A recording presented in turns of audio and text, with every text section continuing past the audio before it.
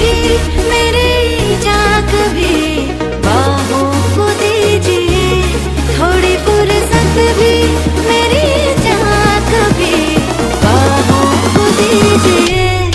आज की रात मजा उसका आँखों से लीजिए, आज की रात मजा उसका आँखों से लीजिए।